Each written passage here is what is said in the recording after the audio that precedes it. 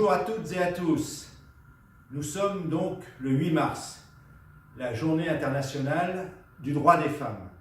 Et pour Force ouvrière, la journée qui doit être celle de l'égalité.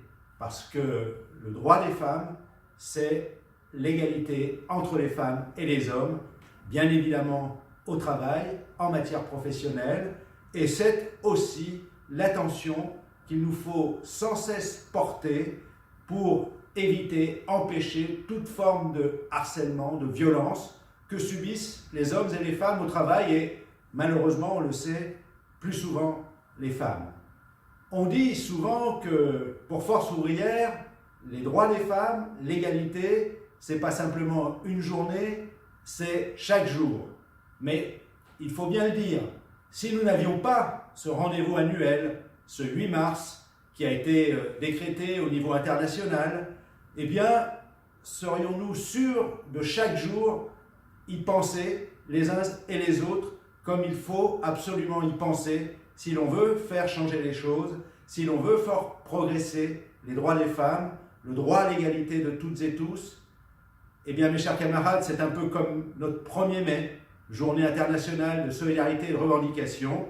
Bien évidemment, c'est tous les jours pour Force ouvrière, la solidarité, la revendication, comme c'est tous les jours les droits des femmes, l'égalité. Et malheureusement, cette année, on ne peut pas ne pas penser à la paix, à l'aspiration à la paix.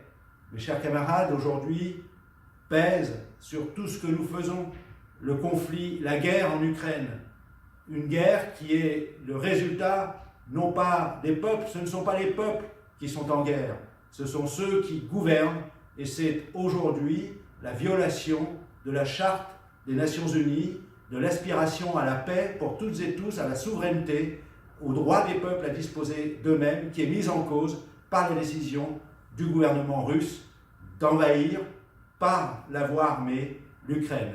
Nous ne pouvons pas ne pas rester indifférents, nous ne pouvons pas rester indifférents à cette situation. C'est pourquoi nous nous sommes exprimés immédiatement, c'est pourquoi nous étions dans les rassemblements dès le premier samedi pour appeler à l'arrêt de la guerre, au retrait des troupes russes d'Ukraine et pour appeler à la paix universelle et durable qui ne peut pas avoir lieu sans justice sociale et donc sans les droits des uns et des autres, les droits des femmes, l'égalité entre les femmes et les hommes en font partie. Merci à vous toutes et tous pour cette journée, pour cette mobilisation et à très bientôt.